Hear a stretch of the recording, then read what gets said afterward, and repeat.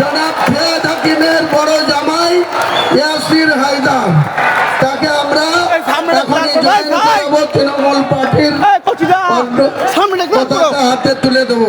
Hello, hello, Priyadarshini হাকিমের সাথে কথা হচ্ছে?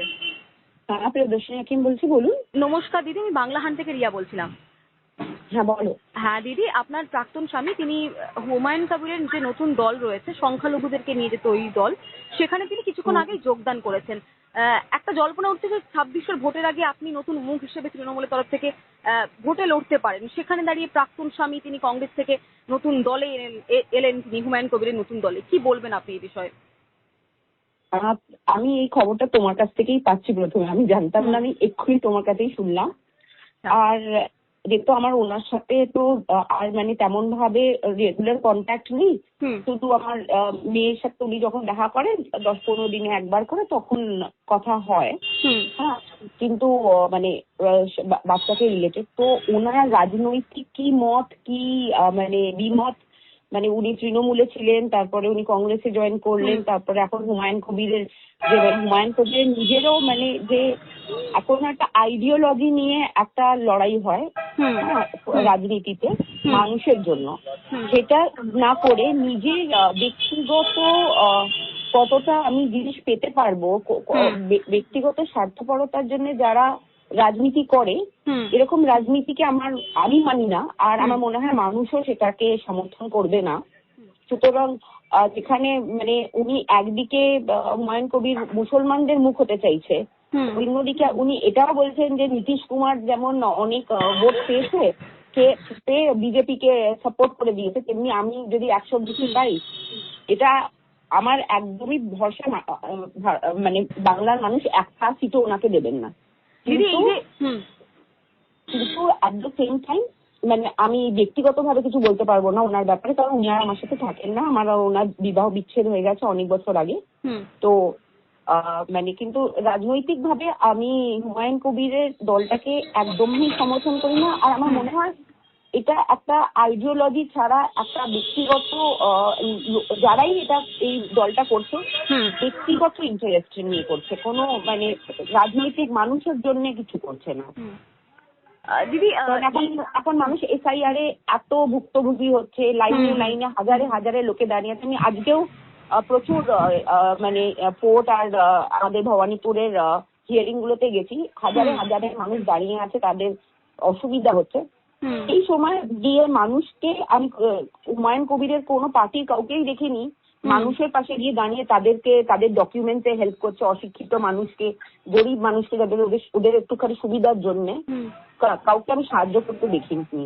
আমি যাই দেখি আমার তৃণমূলেরই ভাইদের দেখি, বোনদের দেখি, যারা নিজেদের কাজ কর্ম ছেড়ে, ব্যক্তিগত জীবন ছেড়ে, শনিবার দুপুরবেলা শীতের দুপুরে নিজের আরাম ছেড়ে দাঁড়িয়ে রয়েছে মানুষকে সাহায্য করার জন্য। দিদি, এই যে জনতা উন্নয়ন পার্টি যেখানে আপনার প্রাক্তন স্বামী যোগদান করলেন, এই জনতা উন্নয়ন পার্টিতে সংখ্যালঘু মহিলাদের উন্নয়ন হবে কি? মানে আপনিও তো সংখ্যালঘু সম্প্রদায়ের একজন মহিলা। আমি সংখ্যালঘু একজন মহিলা, কিন্তু আমাকে সংখ্যালঘু মহিলা হিসেবে আমি তৃণমূল কংগ্রেস করি না, কারণ তৃণমূল কংগ্রেস একটা সেকুলার পার্টি। যেমন বিজেপি হিন্দু হিন্দু হিন্দু করে, তৃণমূল হিন্দু মুসলিম করে না। তৃণমূল বাংলায় লড়ছে বাঙালির অধিকারের জন্য। সেই বাঙালি হিন্দু হতে পারে, মুসলমান হতে পারে, হিন্দি ভাষী হতে পারে, বাংলা ভাষী হতে পারে, উর্দু ভাষী হতে পারে, কিন্তু আমরা যেটা লড়ছি যে মহিলাদের জন্য, যখন লক্ষ্মীর ভান্ডার দেওয়া হয় সেটা কখনোই দেওয়া হয় না এই দেখে যে সে মুসলমান কি সে হিন্দু, সে বিহারি, সে যদি বাংলার বাসিন্দা হয় তাকেই দেওয়া হচ্ছে। সুতরাং দিদির মানে মানে দিদির যে আইডিওলজি, যে দিদির যে মানে নীতি, সেই নীতির নিচে আমি সংখ্যালঘু মহিলা হিসেবে মহিলাদের কাজ করি না, আমি মহিলা হিসেবে মহিলাদের জন্য কাজ করি। দিদি, এই যে প্রাক্তন স্বামী একটা দল নির্বাচন করলেন ভোটের আগে, সেটা জনতা উন্নয়ন পার্টি, আরো অনেক দল ছিল, উনি তৃণমূল থেকে কংগ্রেসে এলেন, আপনি এক কথায় বলতে গেলে এই সিদ্ধান্তে কি মানে সহমত পোষণ করছেন? কারণ অন্য রাজনৈতিক দল ছিল। আমি ওনার জীবনের প্রচুর সিদ্ধান্ততেই সহমত না বললে আমাদের বিবাহ বিচ্ছেদ হয়েছে।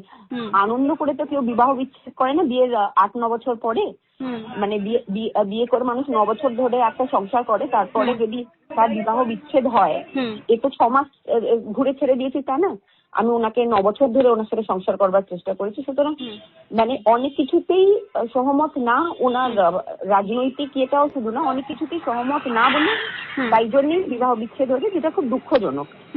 আমরা ভারতীয় মহিলা তো আমরা সবসময় চাই নিজেদের সংসারটাকে বাঁচানোর। সুতরাং যখন মানে বিচ্ছেদ হয়েছে, যে এই যে মানুষের যে মানে মিনিটে মিনিটে নিজের স্বার্থ অনুযায়ী পার্টি চেঞ্জ করা, এটাতে আমি কোনো মানুষেরই সহমত না। অসংখ্য ধন্যবাদ দিদি বাংলাহানকে সাক্ষাৎকার দেওয়ার জন্য। আরো ভালো ভালো খবর দেখতে সাবস্ক্রাইব করুন বাংলা হান্টের ইউটিউব চ্যানেল। বাংলা হান্টের আরো খবর দেখতে নজর রাখুন। বাংলা খবর মানেই বাংলা হান্ট।